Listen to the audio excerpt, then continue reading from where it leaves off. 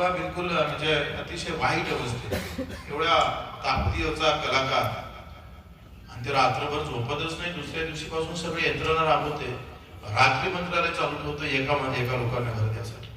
वा, काय संवेदना. एका कलाकाराला घर भेटण्यासाठी आमच्या या महाराष्ट्रातला सीएम रात्रभर जागवतोय. त्या मुख्य सचिवाला तिथं बोलावतोय रात्री, आणि मुख्य सचिव म्हणतोय का नमुन्यात अर्ज नाही, त्याच्यामुळे घर देता येणार. तेव्हा त्या मुख्य सचिवाची फाईल अंकुराशी जोरानं फेकते, तुझा नमुना चोरीत गेला, पहिले घर दिलं पाहिजे, रात्रभरात ऑर्डर झाली पाहिजे, आणि सकाळी त्याच्या चाबी त्याच्या हातात गेला पाहिजे, असा म्हणणारा मुख्यमंत्री मी जेव्हा पाहतो तेव्हा डोळ्यातून पाणी येत होतं. कुठं गेले अशा प्रकारचं, कुठं हरपलाय ते. आम्ही दिव्यांगाचं आंदोलन करतोय, तो ना माहित नाही ह्या दिव्यांग बांधवाच्या काय काय अडचणी असेल, कसा कसा जगत असेल. अरे शेतकरी आत्महत्या करताना पाहतो, पण माझा दिव्यांग 2 पाय नसताना सुद्धा लढतोय, त्याला 2 डोळे नसताना सुद्धा तो लढतोय. 2 पाय नाही, हात नाही, डोळे नाही, कानाला ऐकायला येत नाही. त्याच्यासाठी या देशात आंदोलन करावं लागतं. याच्यासारखं दुर्दैव नाही. सगळ्यात वाईट गोष्ट, किती माराच्या साल्या माहित नाही,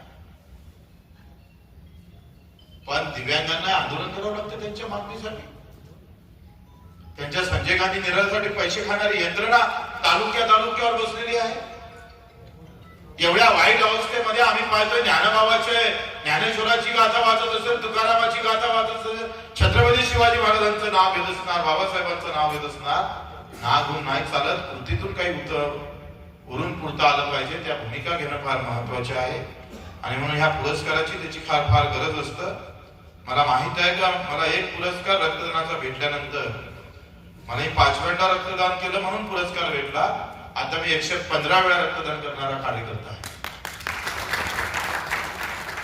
लक्षात घ्या का या पुरस्कारातून नवीन कलाटणी घेता आली पाहिजे. तर पुरस्कार घेतला आणि थांबला तर मग ते तिरस्काराच्या दिशेने जाणार. तो आधी पुरस्कार म्हणून नाही, तर खऱ्या अर्थानं या देशातल्या ज्या काही गोष्टी आहेत त्या कशा वेचता येईल, जिथं दुःख आहे तिथे कसं जाता येईल, याचाही विचार आम्ही सगळ्यांनी केला पाहिजे.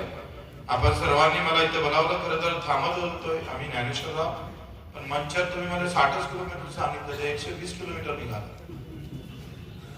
मी त्याच्यामुळे थोडासा घोळ झाला.